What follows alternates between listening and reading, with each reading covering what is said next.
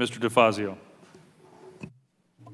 Thank you, Mr. Chairman. To Amtrak, Mr. Naparstek, back when we had a hearing in February, President Anderson said there may be railroads that operate over Amtrak Northeast that do not have sufficient PTC Commission rolling stock by the December 31st, 2018 deadline to operate normal services. Amtrak cannot permit non-compliant equipment to be used after the deadline.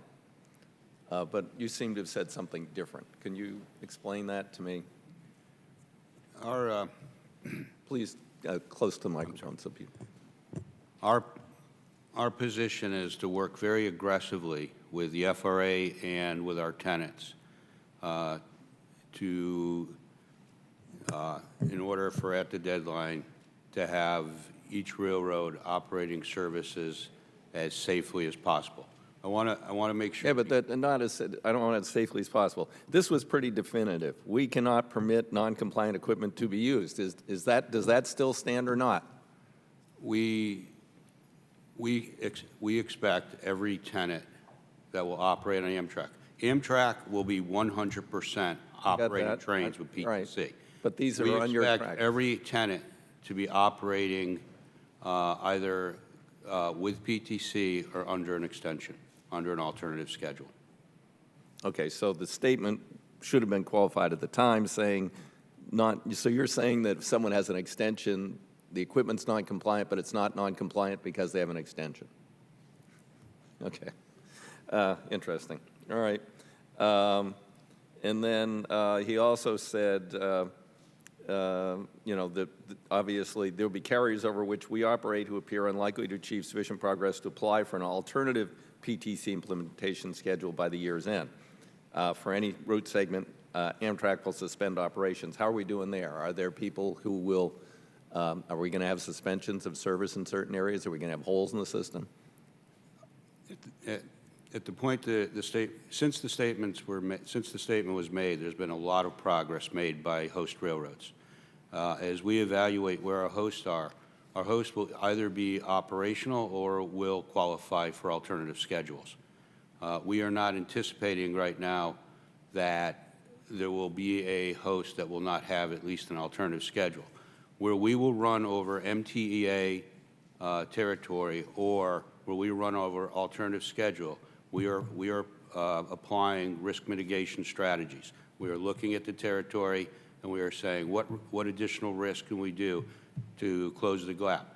Our goal at Amtrak will be to be running PTC 100% everywhere we run. That is not a goal we will be able to achieve by 12/31, but we are committed to make that goal, and we will continue. So even over MTEA territories, we will continue to move forward with towards PTC. In the meantime, we'll use risk mitigation to move towards what we are terming as PTC equivalency,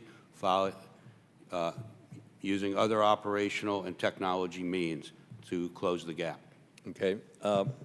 Administrator Vittori, I guess you're going to get a flood of extension requests, and as I understand, these are rather complicated and lengthy documents. I mean, are you, staffed up to the point where you're going to be able to process all of these by the 1st of next year, especially if some of them come in, in December?